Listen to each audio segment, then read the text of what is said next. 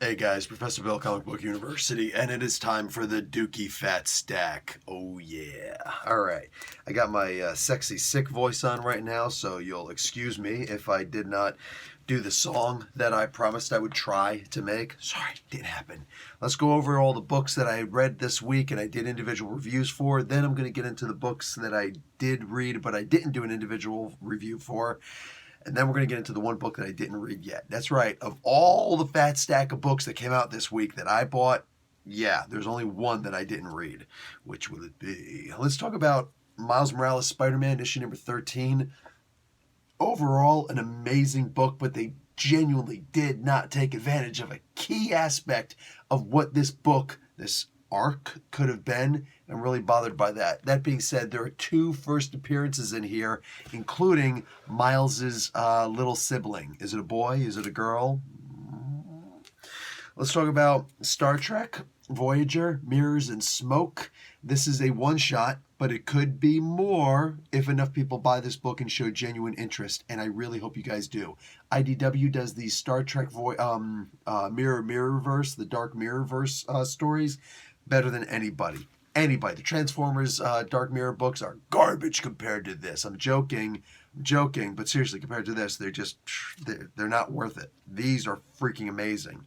Let's talk about Batman, Curse of the White Knight, book 5 of, I believe, 8. A whole bunch of good things happening here, including pretty much all of Batman's rogue gallery gets murdered in this. Wow. That was very unexpected.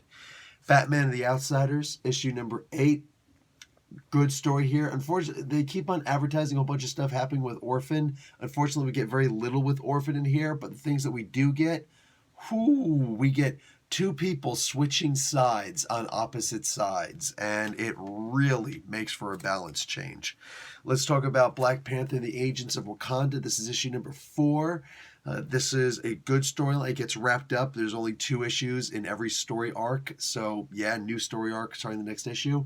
But this opens up a whole new plot for Man-Wolf inside. We could actually have a Man-Wolf solo series now if we wanted to. And while some people might be like, what? Other people are like, wait a second.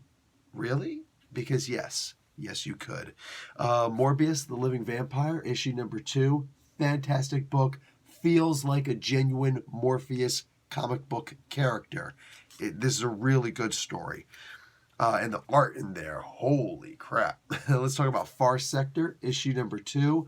Such great immersion in a brand new world, or two, in this book. Amazing, great new Green Lantern character. Welcome to the core, because wow, I love this character. She's the realest of the Green Lanterns so far. Friendly Neighborhood Spider-Man, issue number 14. This is a horrible travesty that this is the final issue in the series. Genuinely breaks my heart. It's actually in 2 pieces right now. It's probably why I'm so sick.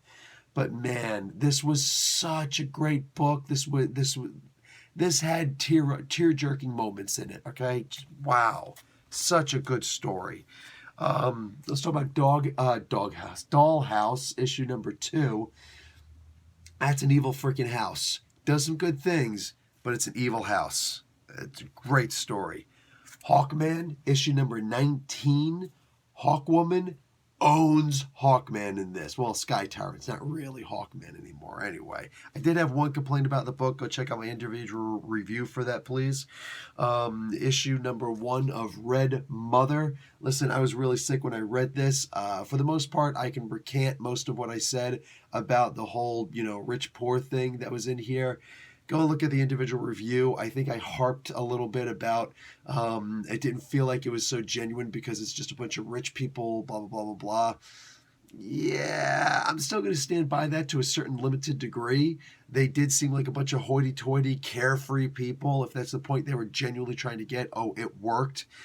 Because these just seem like people who have not a worry in the world. And all of a sudden, travesty. I guess. I don't know how real these people feel. That's the problem that I have with it. I don't know how real the people feel. But the horror in here, that is pretty real. And I'm digging on that. It's a good book. Just had that one problem.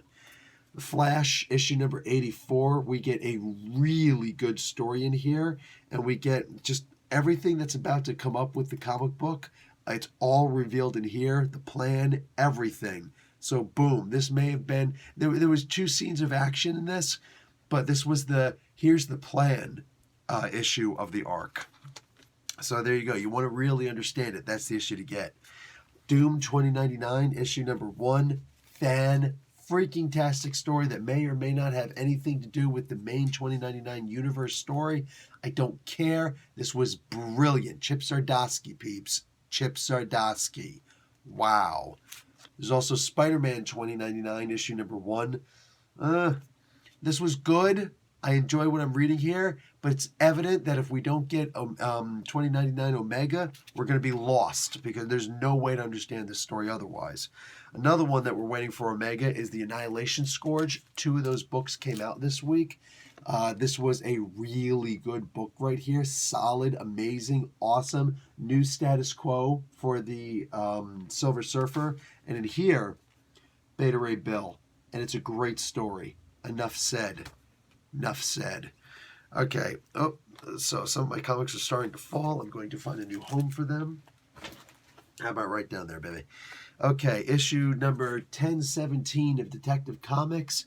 Brand new thing in here. It's like a one-shot, and it's a great story. A little interlude. Tom Taylor is doing this. You know, Tom Taylor, Friendly Neighborhood Spider-Man, bunch of other amazing stories. He does a one-shot here. Great story. Issue number 13 of Captain Marvel. She goes after Tony Stark again, and I'm so happy for it.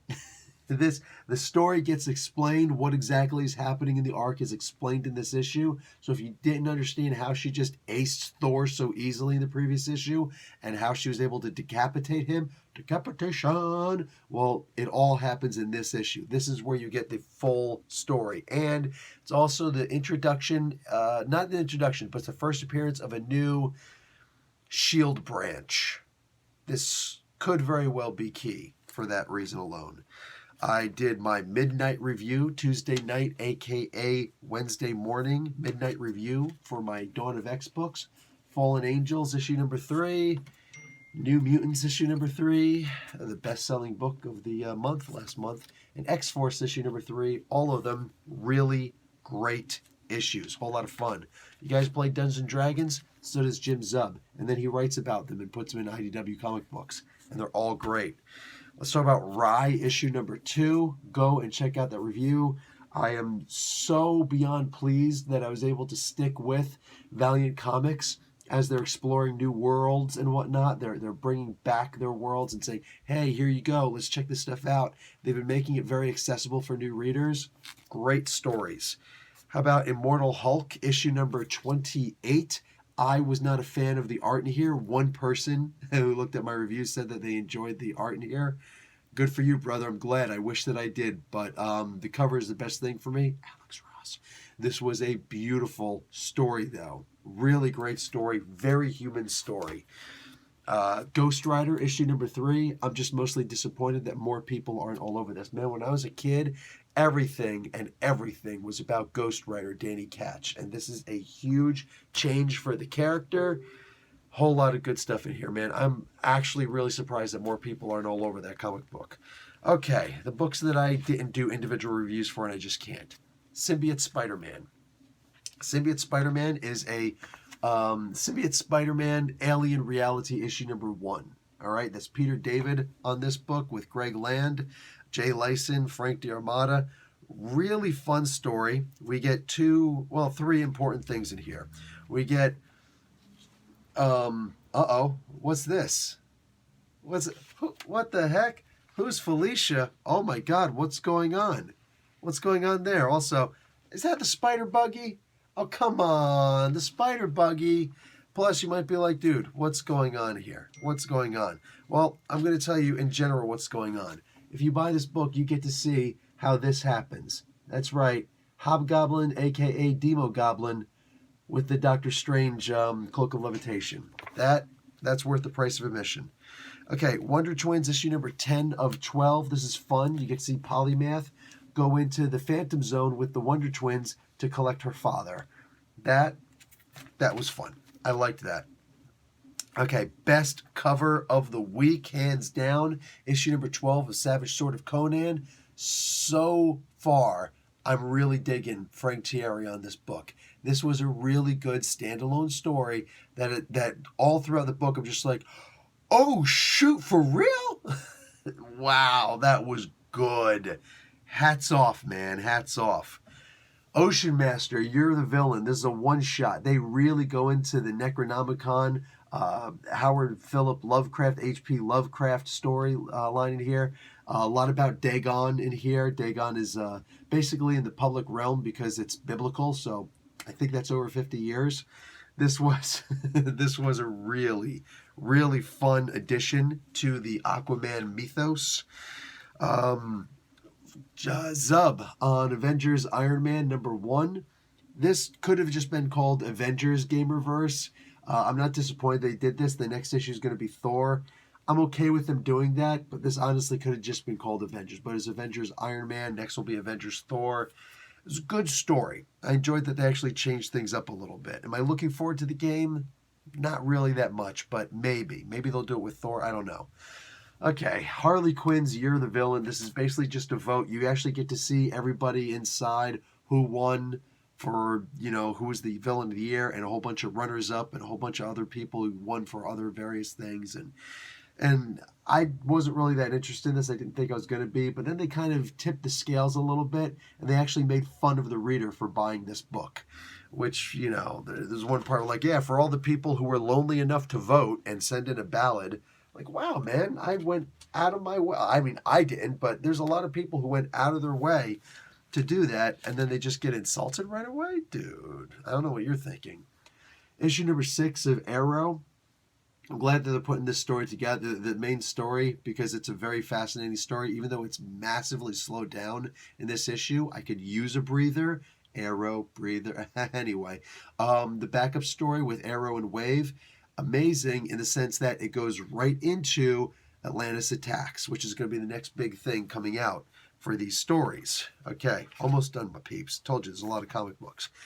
The Amazing Mary Jane, issue number 3. This was fun. This was a whole lot of fun. I like this. Forget about it, man. We had Mary Jane, of course, trying to fix all the problems going on the set, but a whole bunch of other people are involved also. You really get to see Mysterio's power in this as they're going up against the Sinister Six. And you also get to see that the person playing Spider-Man winds up leaving the cast at one point because of all the problems, and he's probably got PTSD from being attacked all these times. Does that mean that we're going to have an opening where Spider-Man Peter Parker himself shows up to help fill out the role? Because that would be kind of cool. I also want to see him being a really horrible actor. Okay, let's talk about Dark Multiverse Teen Titans. This one surprised me because I saw where they were going pretty soon, and I was not happy with it. But by the time I got to the end of the book, I was pleasantly pleased. You will see what happens if a balls-to-the-wall Tara goes after Superman. Yeah, that was wicked.